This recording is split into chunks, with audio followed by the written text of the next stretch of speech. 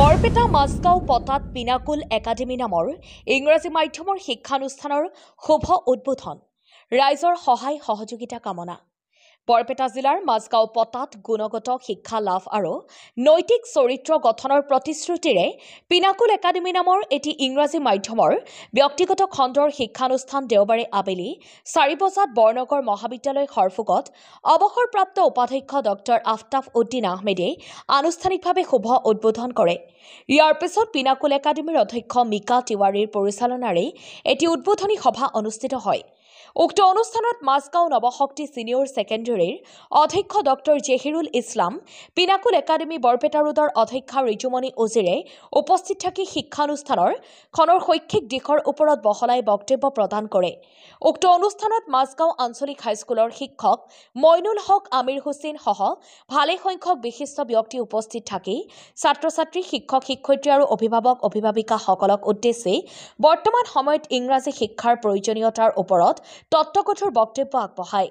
শেষত একাডেমীখনত সকলো স্তৰৰ ৰাইজৰ সহায় সহযোগিতা আন্তৰিকতাৰে কামনা কৰিছে একাডেমীখনৰ সঞ্চালক ছৈয়দ আব্দুল মালিকে। ইয়াৰ পূৰ্বে সঞ্চালক ছৈয়দ আব্দুল মালিকৰ সহযোগত কেইবাগৰাকীও বিশিষ্ট ব্যক্তিসকলৰ উপস্থিতিত শিক্ষানুষ্ঠানৰ প্ৰাংগণত পিনাকুল একাডেমীৰ পতাকা উত্তোলন কৰে। বৰপেটা ৰোডৰ পৰা আলম সৰোৱাৰৰ সহযোগত হাউলিৰ পৰা দিদাৰ হুছেইনৰ ৰিপৰ্ট, পি সংবাদ। নমস্কাৰ। আজি 16 মাৰ্চ তাৰিখে আমাৰ পিনাকুল একাডেমী পটা মাছগাঁও বৰপেটা ৰোডত অৱস্থিত পিনাকুল একাডেমীৰ ব্ৰাঞ্চ শুভ উদ্বোধন কৰা হৈছে। এই ব্ৰাঞ্চত এই বছৰ আমি নাৰ্চাৰীৰ পৰা ক্লাছ 5লৈ ছাত্ৰ-ছাত্ৰীক নামভৰ্তি কৰি আছোঁ। আমি এই বৃহত্তৰ অঞ্চলত ইংলিছ মিডিয়াম স্কুলৰ অতি প্ৰয়োজন অনুভৱ কৰি ইয়াত আমি এখন পিনাকুল একাডেমী নামৰ স্কুল স্থাপন কৰিছোঁ।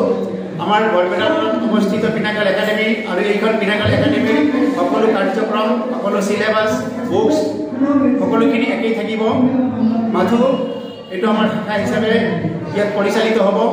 এই শাখাত আমাৰ ছাত্ৰ-ছাত্ৰীৰ সুবিধাৰ কাৰণে আমি শ্বিলং, মণিপুৰ, নাগালেণ্ড তেনেকুৱা স্থানৰ পৰা প্ৰায় 50% টিচাৰ আমি হায়াৰ কৰি আনিছোঁ আৰু বাকীখিনি আমাৰ এই অঞ্চলৰে বৰপেটা ৰোডৰ আৰু স্থানীয় অঞ্চলৰ যিখিনি অভিজ্ঞ শিক্ষক আছে, শিক্ষক-শিক্ষয়িত্ৰী তেওঁলোকৰ দ্বাৰা পাঠদান কৰা হ'ব। ইয়াত আমাৰ ডিজিটেল ছিষ্টেম থাকিব, স্মাৰ্ট ক্লাছ থাকিব আৰু গোটেইখিনি সা সুবিধা থাকিব। ইয়াত হাইজেনিক টয়লেট থাকিব আৰু খোৱা পানীৰ সুব্যৱস্থা থাকিব। আৰু আমাৰ পিনাকুল একাডেমীৰ এটা মটো হ'ল এইখন স্কুলৰ আমি কোৱালিটি মেইনটেইন কৰাৰ কাৰণে চেষ্টা কৰোঁ। আমি বিশেষকৈ প্ৰচাৰত ইমান গুৰুত্ব নিদিওঁ। আমি গুৰুত্ব দি ল'ৰা-ছোৱালী তেওঁলোকৰ কোৱালিটি কেনেকুৱা হয়, তেওঁলোকৰ কোৱালিটি এডুকেশ্যন মেইনটেইন কৰাৰ কাৰণে আমি চেষ্টা কৰোঁ। আৰু ছাত্ৰ-ছাত্ৰীসকলে যদি ইয়াত ভাল ধৰণৰ শিক্ষা লাভ কৰে তেতিয়াহ'লে আমাৰ অভিভাৱকৰ মাধ্যমেৰে, এই ছাত্ৰ-ছাত্ৰীসকলৰ মাধ্যমেৰে গোটেই অঞ্চলত আমাৰ স্কুলৰ সুখ্যাতি বিয়পি পৰিব আৰু তেতিয়া এই অঞ্চলৰ মানুহখিনিয়ে তেওঁলোকৰ ল'ৰা-ছোৱালীক ইয়াত উন্নত শিক্ষাৰে শিক্ষিত কৰিব পাৰিব। আৰু আমি ভৱিষ্যতলৈ এইখন স্কুল হায়াৰ ছেকেণ্ডেৰী পৰ্যায়লৈ আগবঢ়াই লৈ যাম। আমি প্ৰথম বছৰ অতি সীমিত সা সুবিধাৰ কাৰণে আমি ক্লাছ 5লৈকে কৰিছোঁ। তথাপি যিমানখিনি পাৰোঁ আমি চেষ্টা কৰিছোঁ। ছাত্ৰ-ছাত্ৰীৰ খেলা ধূলাৰ কাৰণে সুব্যৱস্থা কৰা হৈছে আৰু ইয়াত তেওঁলোকৰ কাৰণে এটা ডাঙৰ ফিল্ড ইয়াতে আছে আৰু ইয়াতে যিখিনি শিক্ষক আমি নিয়োগ কৰিছোঁ এই শিক্ষকখিনি তেওঁলোকে স্নাতক বা স্নাতকোত্তৰ শ্ৰেণীলৈকে তেওঁলোকৰ শিক্ষকসকলকহে আমি ইয়াতে নিযুক্ত কৰিছোঁ।